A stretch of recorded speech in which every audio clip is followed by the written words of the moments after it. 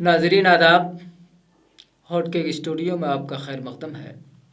آپ دیکھ رہے ہیں اپنا پسندیدہ پروگرام چلو بات کر کے دیکھتے ہیں۔ میں ہوں حقانی القاسمی اور میرے ساتھ ہیں بہت خاص مہمان سبیہ سنبل صاحبہ، اردو شاعری کا ایک معتبر نام، جن کا ایک شعری مجموعہ حرف حرف کرن کے عنوان سے شائع ہو چکا ہے۔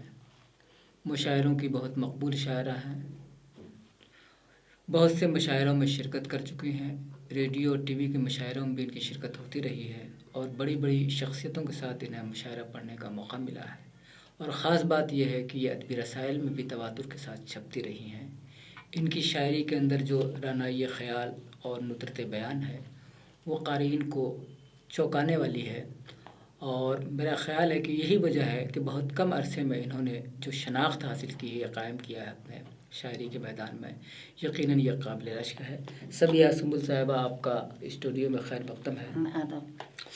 سب سے پہلے آپ کے پس منظر کے بارے میں جاننا چاہیں گے کہ بچپن کے بارے میں کیسے آپ کی تخلیقی سفر آپ کا کیسے شروع ہوا، آپ نے شاعری کا آغاز کس عمر میں کیا؟ میں اس کے لیے حقانی صاحب تھوڑا سا فلیش بیک میں جانا چاہوں گی۔ علی گڑھ کا ایک بہت مشہور علاقہ پھول چوراہا کہلاتا ہے، اور وہاں سے آپ اوپر، وہ صرافہ بازار ہے پورا، تو وہاں سے آپ اوپر جائیے تو دربار گیٹ ایک محلہ اور بنی اسرائیل لان، تو بس آپ وہاں چلتے جائیے تو پھر ایک جو بنی اسرائیل لان محلہ ہے، اس میں ایک امام باڑہ، اس کے بالکل جسٹ اپوزٹ جو ہے ایک چبوترے والا گھر مجھے یاد آ رہا ہے، آپ نے جب مجھ سے سوال کیا ہے تو۔ اور اس سے جب ہم گزرتے ہیں، گزر کے ہم چبوترے سے گزر کے ایک بڑی سی دوباری آتی ہے، پھر اس دوباری سے ہم اس سیدھے ہاتھ کی طرف ایک بیٹھک کہا جاتا ہے، سٹنگ روم، جس کو آپ ڈرائنگ روم اب آج کل کہہ سکتے ہیں، پھر ایک چھوٹی دوباری ہو، پھر ایک دروازہ جس کے اندر ہم انٹر ہوتے ہیں، بڑا سا صحن، اس کے سامنے محراب دار دالان، اور اس دالان میں مجھے اب نہیں معلوم کہ اب ایسا ہوتا ہے یا نہیں ہو سکتا ہے کہ گاؤں میں مل جائے وہ ماحول اور وہ چیز۔ مجھے یاد آتی ہے کہ اس میں ایک بیلن چھت میں لگایا جاتا تھا، وہ کچھ سوٹوں والی، میں وہی زبان استعمال کر رہی ہوں، مجھے اچھا لگ رہا ہے استعمال کرنا، کہ اس میں ایک بیلن تھا، اس میں موٹی سی رسی کا ایک جھولا پڑا رہتا تھا، اور اس میں 2-2.5 سال کی بچی کو زبردستی باندھ کے یا تو نانی لے کے بیٹھتی تھی یا وہ جھلاتی تھی، یا پھر وہ تھوڑی بچی بڑی ہوئی تو وہ پھر اس میں وہ جھولا، اسی سے جھولتے جھولتے وہ کچھ اپنے جو بھی زبان میں کرتی رہی، پھر اور وہ مطلب وہ میرا بچپن ہے، میں یہ بتانا چاہ رہی تھی۔ اور وہ ماحول بالکل وہی پرانا کہ گھڑونچیوں والا گھر تھا بالکل پرانے اسٹائل کا، کچھ قلعے نما ٹائپ کا، تو اس میں بس میری پرورش اس جھولے سے جو شروعات ہوئی، اور پھر جب میں تھوڑی بڑی ہوئی، ہوش آتا گیا، میں اپنے وہ کچھ گنگنانے کسی عادت جھولے پہ بچوں کو جیسے ہو جاتی ہے، اب اس میں بچے، مجھے لگتا ہے کہ تک بندی سبھی بچے کرتے ہوں گے،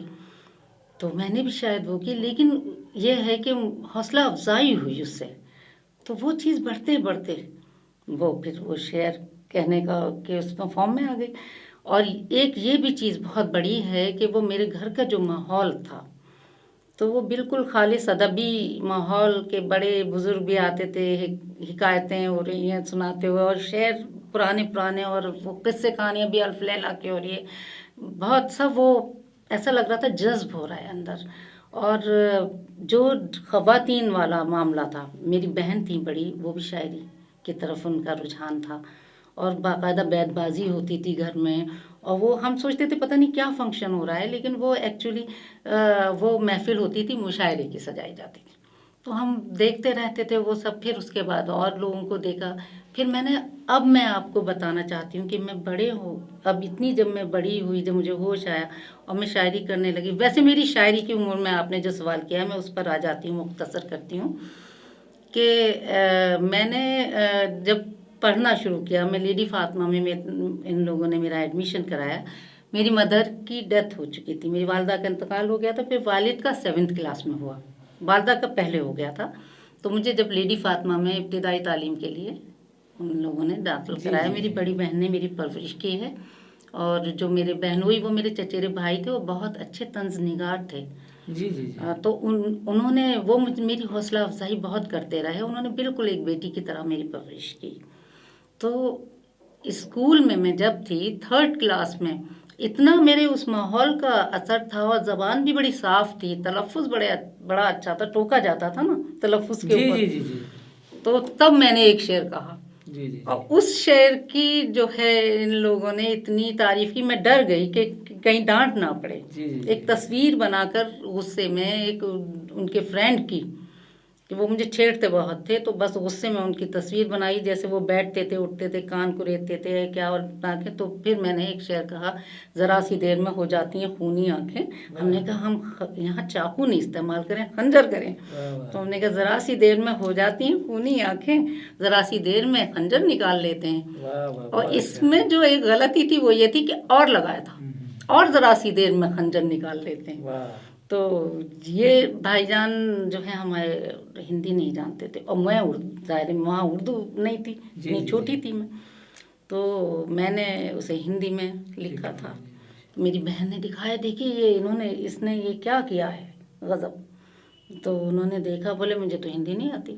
تو انہوں نے پڑھ کے سنایا، بولے تم نے کہا ہے، بولے یہ اور ہٹاؤ.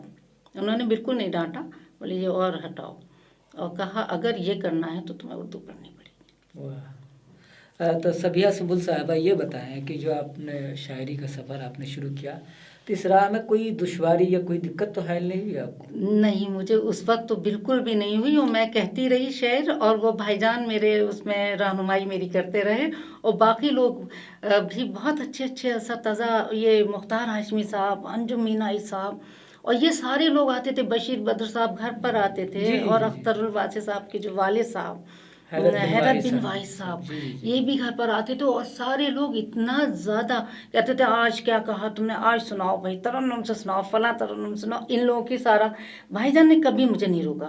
پاپا کو زیادہ اس سے وہ نہیں تھا، کچھ مطلب نہیں، جب تک ان کا انتقال نہیں ہوا تھا پاپا کا.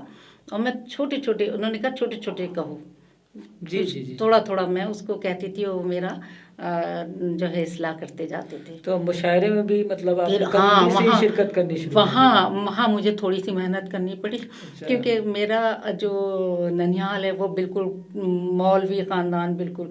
تو بھائی جان نے کہا، میں مشاعرے پڑھنا چاہتی ہوں. جب میں پڑھتی ہوں تو بھائی لے جاتے تھے، بھائی جان اپنے ساتھ ویسے ہی لے جاتے تھے. تو یہ سارے لوگ سوچیے، فنا نظامی کانپوری صاحب اور یہ بسمل سعیدی صاحب، مطلب میں پڑھتی نہیں تھی جب، یہ ساروں کی اتنی مطلب شفقت کہیے. اور یہ جانثار اختر صاحب. اور پھر جب میں تھوڑا بڑی ہوئی، میرے خیال میں جب 9th میں پہنچی، بہت ضد پکڑ لی، مجھے پڑھنا ہے، مجھے پڑھنا ہے مشاعرہ. تو کہتے تم جانتی ہو تمہاری ننیال کیسی ہے، مجھے جو ہے وہ لوگ کیا کریں گے. ہم نے کہا نہیں مجھے پڑھنا ہے. جب میں شعر کہہ رہی ہوں تو مجھے پڑھنے میں کیا پریشانی ہے. تو خیر وہ مجھے یہ دلی کا ایک مشاعرہ پڑھنے گئے، جشن آزادی کا. وہاں ملک زادہ منظور صاحب سے پہلی مرتبہ میں، اور اچھے خاصے ماشاء اللہ بڑے تھے، ظاہر بھائی جان بھی اتنے بڑے. ساحر ہوشیار پوری صاحب تھے وہاں.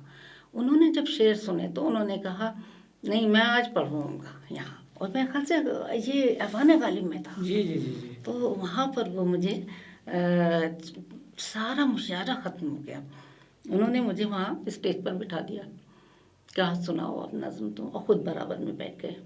فوٹو بھی ہے میرا اس میں، وہ برابر میں بیٹھ گئے، بولے سناؤ.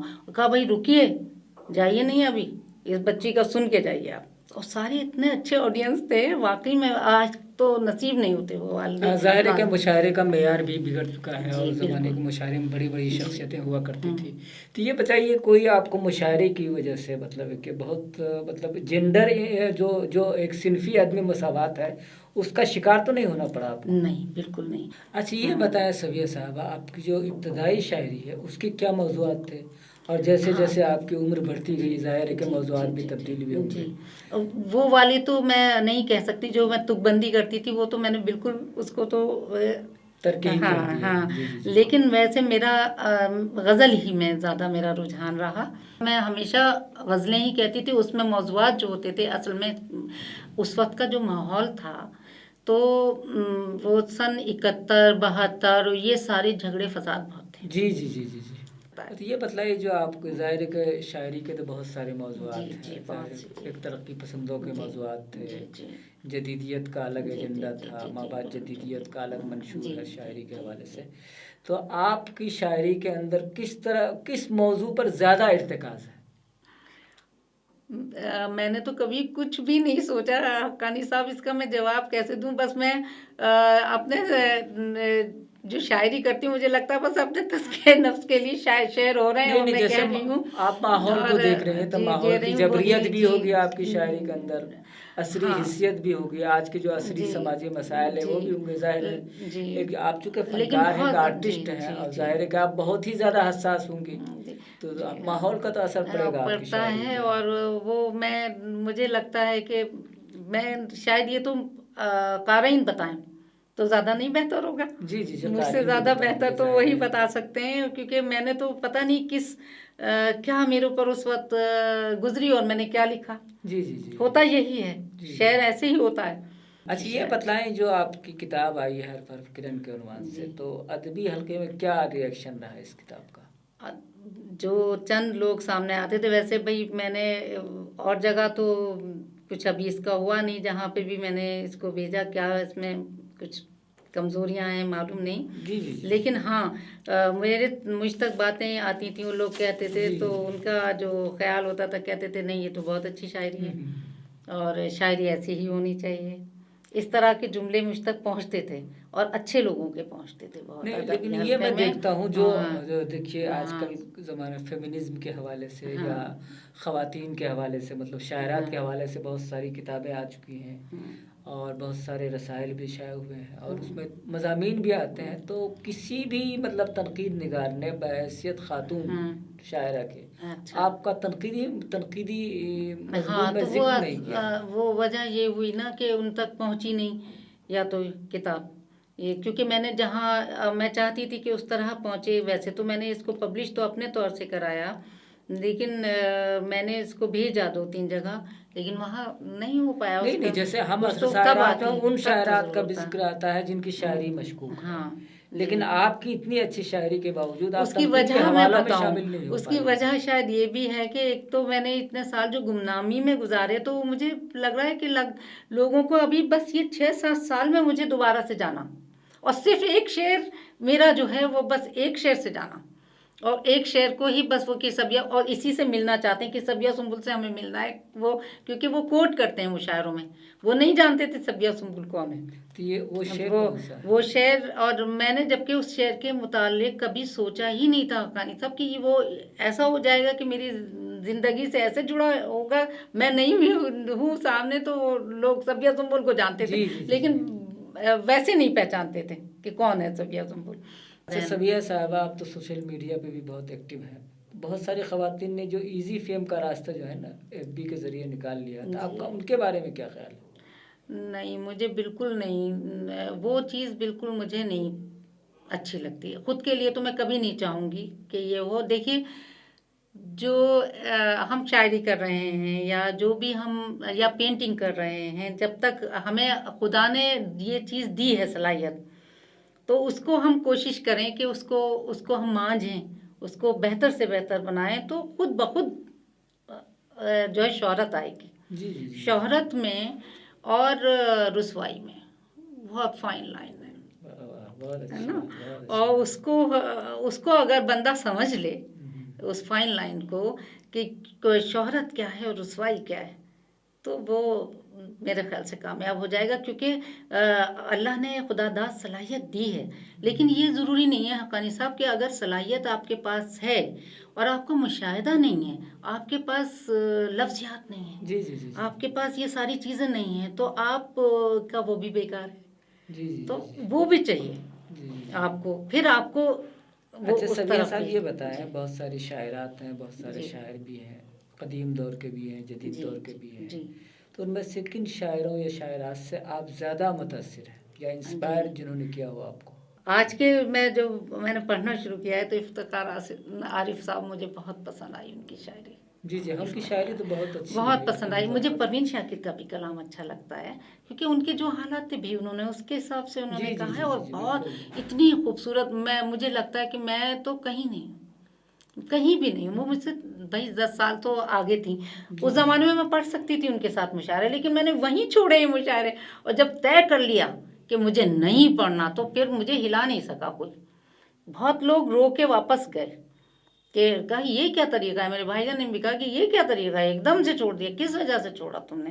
کہاں تو تم چھوڑ نہیں رہی تھی. سبیہ صاحبہ، آپ نے جن دو شاعروں کا ذکر کیا ہے، پروین شاکر اور افتخار عارف، یقیناً بہترین شاعر. اور اس کے علاوہ لیکن جہاں سے آپ کا تعلق ہے وہاں اردو غزل کے بہت سارے شاعر. میں مرزا غالب. تو آپ نے وہ علی گڑھ کے کسی شاعر کا ذکر نہیں، اس میں یہ سب سے پہلے تو میں مختار ہاشمی صاحب کو ہی کہوں گی. ان کی شاعری بہترین شاعری تھی. بہت مطلب میں نے ان کو سنا تو اس لیے ان کی شاعری بہترین. اب اس میں سے جو اور لوگ نکل کے آئے ہیں، بہت سارے لوگ ہیں جو آج بھی ہیں، جیسے ہمارے اردو اکیڈمی کے شیپر رسول صاحب کی بھی مجھے اچھی لگتی ہے شاعری. ایسا نہیں ہے، سب بہت اچھی شاعری کر رہے ہیں. ایسا بالکل بھی نہیں ہے کہ نہیں کر رہے ہوں. جیسے اسد بدائی تو میرے کلاس میٹ تھے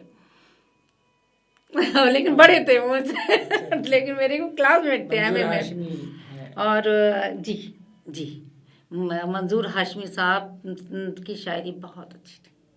مجھے ان کا پڑھنے کا انداز بھی بہت پسند تھا، ان کی شاعری بھی بہت پسند تھی. اور اپنے علی گڑھ سے جن لوگوں کا میں کہہ رہی ہوں، راہی جمنا پرساد راہی صاحب کی بھی ہے شاعری. تھوڑا مشکل پسندی ہے لیکن شاعری تو ہے. وہی وہ تو روز کے ماہر بھی میرے خلیل الرحمن اعظمی کو آپ نے پڑھا ہوگا، شہریار کو پڑھا ہوگا. جی شہریار صاحب.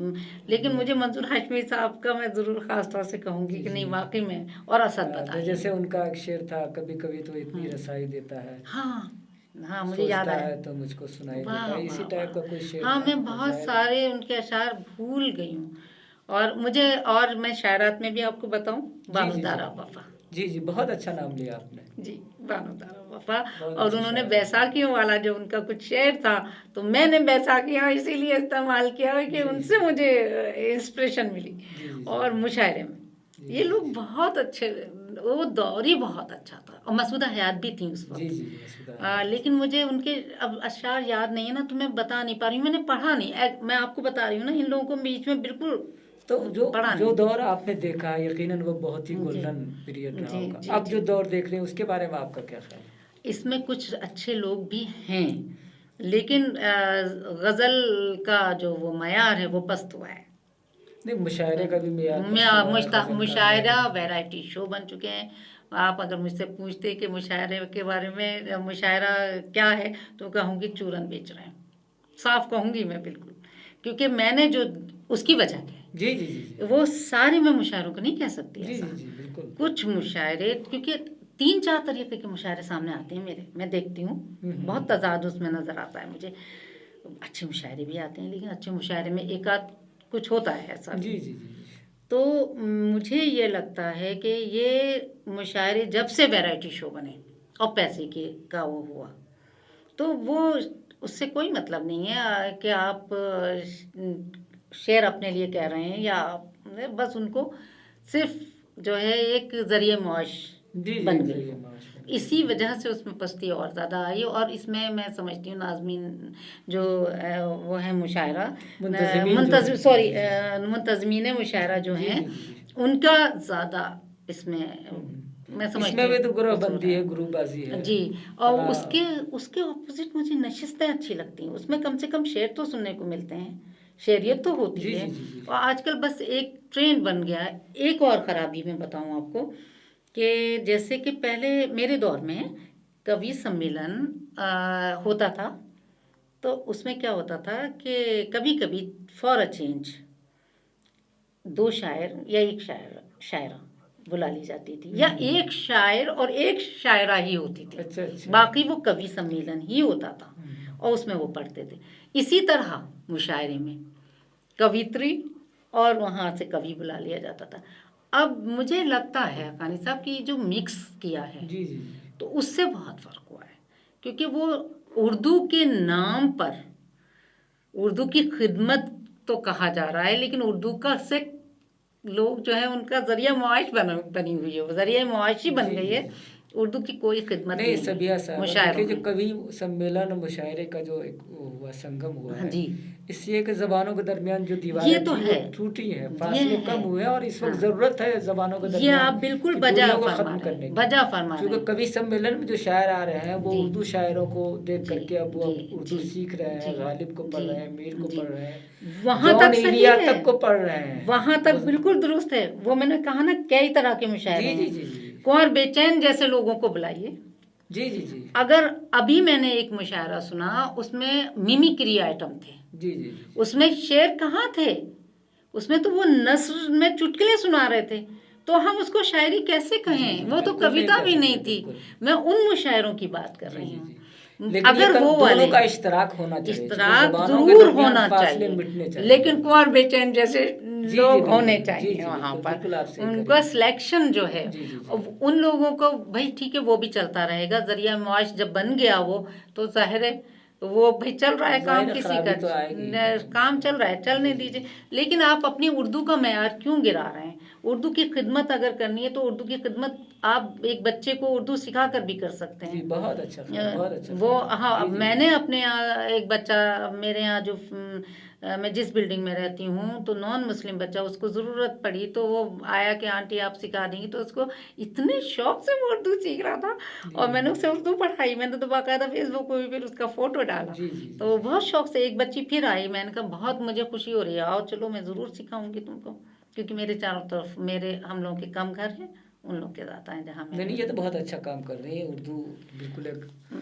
میں کوشش خوشبو کی یہی کرتی زبان ہے، اور ہوں ظاہر جی، اس کو پھیلانے کی زیادہ ضرورت ہے۔ لیکن مشاعروں سے متعلق جو آپ نے سوال کیا، میں نے ابھی 2-3 دن پہلے مشاعرہ ایک دیکھا، جی جی جی بالکل جو میں نے وہ جملہ بول دیا جبکہ مجھے نہیں بولنا چاہیے تھا، تو اس میں یہی تھا جیسے وہی انداز چٹکلے سنانے کا، تو اور اس میں اچھے اچھے جو ہمارے جو استاد کہیں گے ہم شعرا بیٹھے تھے، اساتذہ، اور وہ خاموش گردن جھکائے بیٹھے تھے، اگر وہی کبھی اس چیز پر تھوڑا سا جی اٹھا دیں انگلی، تو میرے خیال سے یہ چیز کم ہو سکتی ہے۔ جی بھائی جی تھوڑا تو معیار رکھیں، جی جی تبھی اردو کی ہم کہہ سکتے ہیں کہ واقعی ہم خدمت کر رہے ہیں۔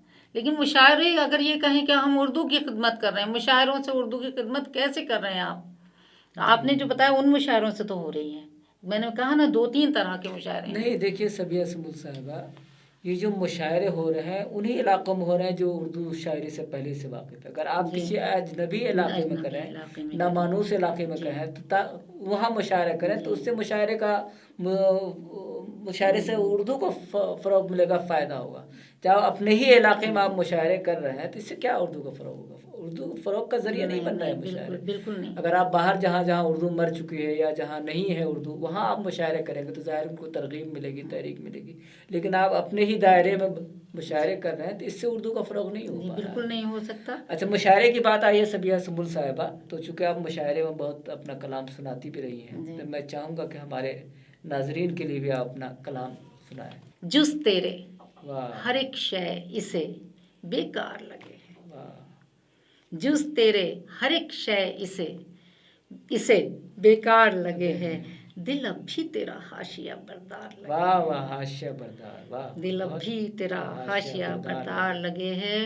اور حق کہنے سے مجھے منصور بہت آتا ہے میرے، جی جی حق کہنے سے منصور نہ بن جاؤ گے لوگو، واہ واہ حق کہنے سے منصور نہ بن جاؤ گے لوگو، سینے پہ یہ تمغہ تو سرے دار لگے، واہ بہت اچھا، سینے پہ یہ تمغہ تو سرے دار لگے ہے، اور کہتا تھا کنارے پہ کل ایک ڈوبنے والا، کہتا تھا کنارے پہ کل ایک ڈوبنے والا، طوفان سے جو کھیلے ہے وہی پار لگے ہے، واہ بہت اچھا، اور ناقدری ارباب سخن دیکھ کے سنبل، واہ واہ ناقدری ارباب سخن دیکھ کے سنبل، یہ جن سے گراں مایا بھی بیکار لگے، واہ واہ واہ ناقدر کی بات کی آپ یہ جن نے۔ سے سبیہ گراں سنبل صاحب آپ نے جس ناقدری کی بات کی ہے، وہی ناقدری جو ہے تخلیقیت کو مزمحل پزمردہ کر دیتی ہے، اور ظاہر ہے کہ جتنے لوگ اس سے جڑے ہوئے لوگ ہیں انہیں بھی یہ شکایت ہوتی ہے کہ فائدہ کیا ہے، مطلب عرض ہنر میں فائدہ کیا ہے۔ تو اس طرح کے ہمیں ناقدر معاشرے کو مطلب اپنے آپ ناقدری کو ختم کرنے کی کوشش کرنی چاہیے. یہ ناقدری وہ ہے جس کی شکایت غالب کو بھی تھی، میر کو بھی تھی اور بہت سارے شاعروں کو بھی تھی.